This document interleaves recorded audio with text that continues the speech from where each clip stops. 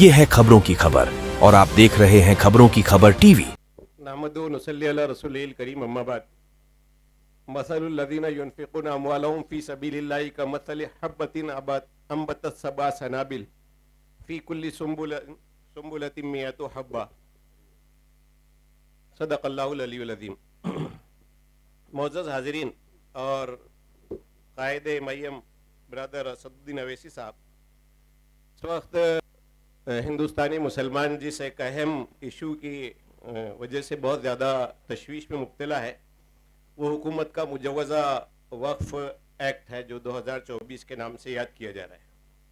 आप और हम जानते हैं कि बरतानवी हुकूमत ने 1913 में गालिबन वक्फ बोर्ड बाज़ाब्ता अंग्रेज़ी हुकूमत में कायम किया था। उसके बाद 1954 में आज़ादी के बाद ये कायम किया गया। 64 और 1996 में जो है इसका रिव्यू किया गया, फिर से इसमें कुछ तब्दीलियाँ की गई थी। वक्फ का जो मामला है तो हम जानते हैं कि इसका बुनियादी ताल्लुक़, मैंने जो आयत पढ़ी है इससे मालूम होता है कि हमारे अक़ीदे से, अक़ीदे आखिरत से है।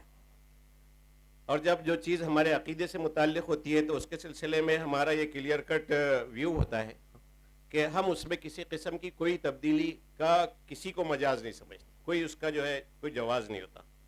और इसके सारी रियायतें हमको जो है दस्तूर ने भी दी है, जैसे कि आपके सामने वकील साहब ने ये कही है।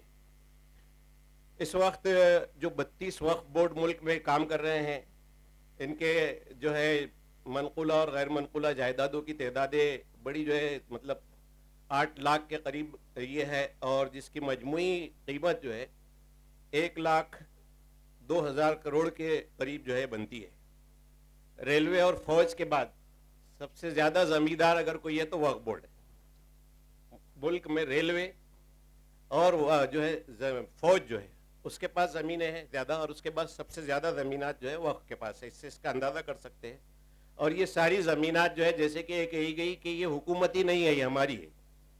मुसलमानों ने अपनी जायदाद जो है वक्फ की है, किसी से की जो है दी हुई नहीं है, हुकूमतों के ज़रिए अलॉट की हुई नहीं है वक्फ बोर्ड को, बल्कि मुसलमानों ने की है ये। तो ये इसकी हैसियत है। अब जो ये मुजव्वज़ा वक्फ एक्ट है, इसमें इन सारी जायदादों पर एक नज़र बद जो है हुकूमत की है, और जो तरमीमात की गई है माहिर कानून आपको जो है उसके बारे में बताया है, और भी हमारे रहनुमाई जो है सिलसिले में की जाएगी। सेंट्रल वक्फ काउंसिल का पूरा जो है खाका उसमें तब्दील कर दिया जा रहा है, और उसमें गैर मुस्लिम लोगों को घुसाने की बात की जा रही है, जिनकी तादाद 13 तक हो सकती है। 2 लाज़िमन गैर मुस्लिम होंगे और 13 तक हो सकती है। इसी तरह वक्फ बोर्ड में भी लोगों को दाखिल करने 7 तक, और 2 लाज़िमन हर वक्फ बोर्ड में गैर मुस्लिमों को दाखिल करने की जो है बात की जा रही है। पहले खाली चेयरमैन वगैरह या एक आध कोई गैर मुस्लिम हो सकता था, ज़रूरी नहीं था, लेकिन अब लुज़ूम उसका किया गया है।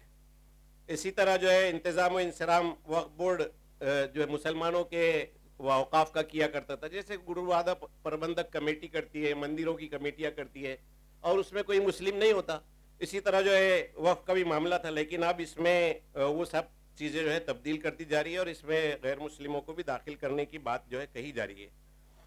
वक्फ बोर्ड का CEO लाजिमन मुसलमान होता था और डिप्टी सेक्रेटरी रैंक का हुआ करता था। अब ये जो है वह इसको ओमिट कर दिया गया, और गैर मुस्लिम भी हो सकता है, अंडर सेक्रेटरी भी हो सकता है, उससे कम ओहदे का किसी फ़र्द को नामजद किया जा सकता है। इस तरह की जो है तजवीज़ इसमें ज़ेर गौर है। इसी तरह ये जो हमारे बहुत सारी जो है मसाजिद है, दरगाहें हैं, खानकाएँ हैं, बहुत सारे और जो इस तरह की चीज़ें हैं, इसके जो औक़ाफ़ है और दीगर जो है हमारी औक़ाफ़ है, इसके तनाज़े की सूरत में जैसा कि बताया गया कि वक्त ट्रिब्यूनल में जाते थे और 1 साल में मामला तय करने की बात की जाती थी, लेकिन अब जो है कलेक्टर के पास ये मामला जाएगा, कलेक्टर को इख्तियार किया गया कि वो इसको डिसाइड करेगा, इसकी हैसियत को। हुकूमत जिन औक़ाफ़ पर काबिज़ है उसका फैसला भी जो है अब वक्फ बोर्ड नहीं करेगा, बल्कि कलेक्टर किया करेगा। इस तरह की बात इसमें कही गई है। तो ये सारी चीज़ें और जितनी मतलब जो तफसीलात आ रही है उसके मुताबिक 44 पैराग्राफ इसमें तब्दील किए गए हैं, और तकरीबन 150 अमेंडमेंट है। 44 पैराग्राफ के ज़रिए से 150 अमेंडमेंट इसमें किए गए हैं। तो इसके ज़रिए से उसका पूरा जो है हुलिया ही बिगाड़ दिया जा रहा है।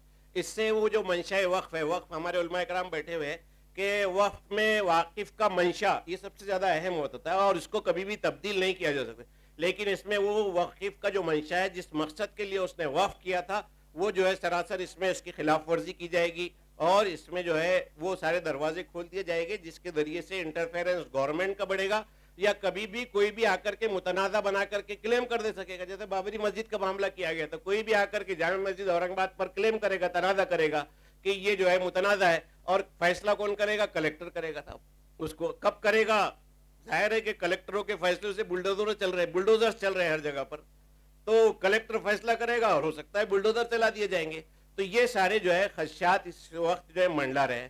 ہم جو ہے جو مسلم پرسنل لا بورڈ نے گائیڈ لائنز ہم کو دی ہے اس کی روشنی میں ہے کہ اس کے ٹوٹل ریجیکشن کی بات ہے, اس میں تبدیلیاں وغیرہ نہیں, بلکہ یہ جو مجوزہ 2024 کا وقف ایکٹ ہے اس کے ٹوٹل ریجیکشن کی جو ہے بات ہے, اور ہم کو اس کے ریجیکشن کے لیے وہ جو پروسیس ہے وہ تو کرنا پڑے گا. لیکن شاہ بانو کیس میں ضرورتاً جب اگر ہم کو روڈ پر آ کر کے اس کے ریجیکشن کے لیے جو ہے اپنی قوت کا اظہار کرنا پڑے تو ہمیں کرنا کے لیے تیاری کرنی پڑے گی انشاءاللہ تبارک و تعالی. اللہ سے دعا ہے کہ اللہ تعالی اس فتنے کی سرکوبی کے سارے جو ہے تاب و طاقت عزم و ہمت ہم کو عطا فرمائے اور ساری تدابیر پر عمل کرنے کی توفیق بخشے. واخر دعوانا